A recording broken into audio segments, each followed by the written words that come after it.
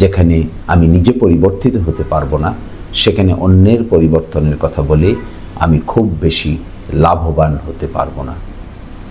সেই জন্য আজকে আমি আপনাদেরকে আমার ব্যক্তিগত কিছু কথা বলতে চাই, অতীতে যা কোনোদিন আমি বলিনি। ব্যক্তিগত এই কথাগুলোর মধ্যে আপনারা অনুগ্রহ করে যদি আমার এই কথাগুলোকে গুরুত্ব দিয়ে গ্রহণ করেন, সেটাই আমার সফলতা হবে। অনেকেই অনেক কথা বলবেন, অনেক কথা শুনবেন, কিন্তু ব্যক্তিগত পরিবর্তন যদি শুরু করতে আমরা না পারি, তাহলে রাষ্ট্রের পরিবর্তন, সমাজের পরিবর্তন, এলাকার পরিবর্তন কোনো কিছুই শেষ পর্যন্ত টিকবে না। যদি আপনাদের দোয়ায় এবং আল্লাহ তাআলার কৃপায় আমি আগামী নির্বাচনে জয়যুক্ত হতে পারি, ব্যক্তিগত পর্যায়ে আমি আমার কমিটমেন্টের কথা আপনাদেরকে আজকে শোনাতে চাই। তার মধ্যে উল্লেখযোগ্য হলো, প্রথম কমিটমেন্ট, আমি কখনো কোনোভাবেই সরকারি কোনো বেনিফিট নিব না। যদি আমি নির্বাচিত হতে পারি, সরকার কর্তৃক প্রদত্ত ভাতা কিংবা অ্যালাউন্স কিংবা সুযোগ সুবিধা যাই সরকার আমাকে দিবে, সবটুকুই আমি জনগণের কল্যাণে উন্মুক্ত করে দেব। আমি তার এক পয়সাও নিজের কল্যাণে, পরিবারের কল্যাণে, আত্মীয় স্বজনের কল্যাণে ব্যয় করব না। এটি আমার অনারারিয়াম হোক, এটি আমার অন্য কোনো সুযোগ সুবিধা হোক। দ্বিতীয় কথা হলো, আমি কোনোদিন কোনো ট্যাক্স ফ্রি গাড়ি ব্যবহার করব না। অর্থাৎ মেম্বার অফ পার্লামেন্ট বা সংসদ সদস্যরা ট্যাক্স ফ্রি গাড়ি ব্যবহার করতে পারেন, কিন্তু আপনাদের দোয়ায় আল্লাহ তাআলার বরকতে যদি আমি নির্বাচিত হই, তাহলে আমি কোনোদিন ট্যাক্স ফ্রি গাড়ির কোনো সুযোগ সুবিধা নিব না। কেউ আমাকে বলতে পারবেন না যে আমি ট্যাক্স ফ্রি গাড়ি ব্যবহার করেছি। তৃতীয় কথা হলো, আমি কখনো কোনোদিন নিজের স্বার্থে প্রশাসনকে ব্যবহার করতে চাইব না, করব না। প্রশাসন জনগণের স্বার্থে ব্যবহৃত হবে, জনপ্রশাসনে রূপান্তরিত হবে। আমি ব্যক্তিগতভাবে প্রশাসনের সঙ্গে কথা বলে নিজস্ব ব্যক্তিগত সুযোগ সুবিধা, আমার পরিবার কিংবা আমার আত্মীয় স্বজনের সুযোগ সুবিধার জন্য কোনোদিন কোনোভাবে আমি প্রশাসনকে ব্যবহার করব না।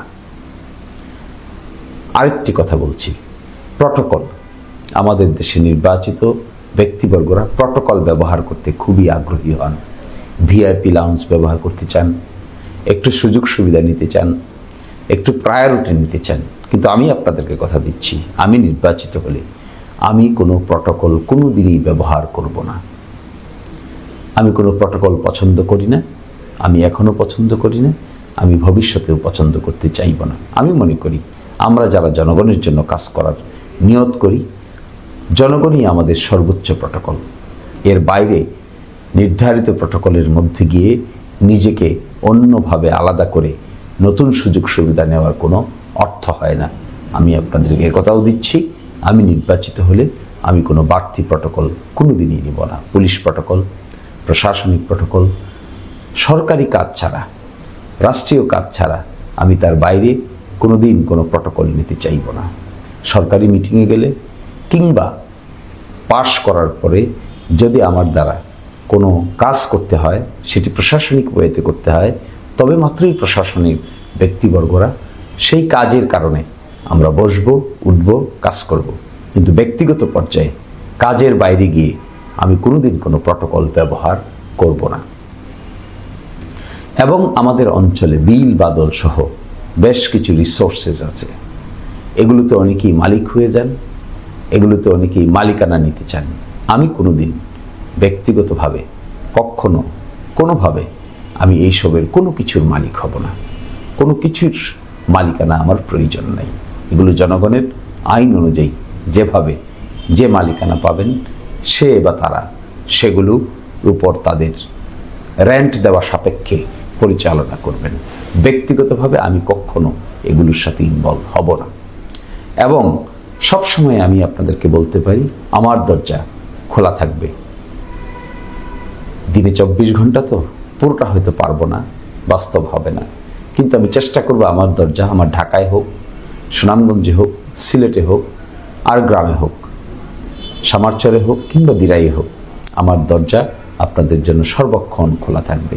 সকলেই ধর্ম, বর্ণ, শ্রেণী নির্বিশেষে সকলেই যে কোনো সময় আমার সঙ্গে কথা বলা বলেন, কাজ করা বলেন, ওঠা বসা বলেন, করার সুযোগ আমি করে দেওয়ার আপ্রাণ প্রচেষ্টা চালিয়ে যাব। আর সর্বশেষ, আমি কখনো আমার আত্মীয় স্বজন কিংবা আমার পরিবারের লোকদেরকে তারা যেন কখনো প্রভাব বিস্তার করে, অবৈধভাবে প্রভাব বিস্তার করে কোনো কিছু অর্জন করতে না পারে, এটি আমি সর্বাত্মক প্রচেষ্টা চালিয়ে যাব। এই সকল ভিত্তিতে আমি আমার ব্যক্তিগত প্রতিশ্রুতিগুলি আপনাদেরকে দিয়ে রাখলাম। হ্যাঁ, কোনো একদিন যদি আল্লাহ তাআলা আপনাদের সাপোর্টের কারণে আমাকে বিজয়ী করেন, তাহলে আমি অবশ্যই এই প্রতিশ্রুতি থেকে যদি বের হয়ে যাই, আপনারা দাঁড় করিয়ে আমাকে জিজ্ঞাসা করবেন। যেখানে পাবেন, যে অবস্থায় পাবেন, এই প্রতিশ্রুতি থেকে যদি আমি সরে যাই, তাহলে আপনাদের কাছে জবাবদিহি করতে আমি বাধ্য থাকব। এবং আরেকটি জবাবদিহি আমি করতে বাধ্য থাকব, সরকার কর্তৃক যে ফান্ড দেয়া হবে, একজন মেম্বার অফ পার্লামেন্টের থ্রুতে যে ফান্ড দেয়া হবে, জনগণের সামনে তার হিসাব কিতাব উপস্থাপন করতে আমি সব সময় বাধ্য থাকিব।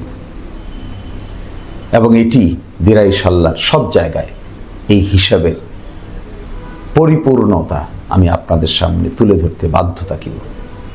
এবং ব্যক্তিগতভাবে এই হিসাব নিকাশের কোনো অংশে আমি ব্যক্তিগতভাবে লাভবান যদি হই, আপনারা দেখতে পান, ধরতে পারেন, আমাকে জবাবদিহিতার মুখোমুখি করবেন।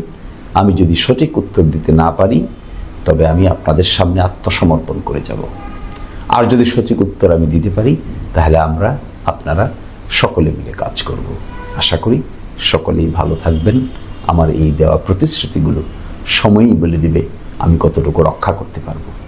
আর আপনাদের ভালোবাসা এবং সহযোগিতা হলে ইনশাল্লাহ আমরা চেষ্টা করব যেন পুঙ্খানুপুঙ্খভাবে এই সহযোগিতাগুলি আমরা মেনে চলতে পারি। সবাই ভালো থাকুন। আল্লাহ হাফেজ।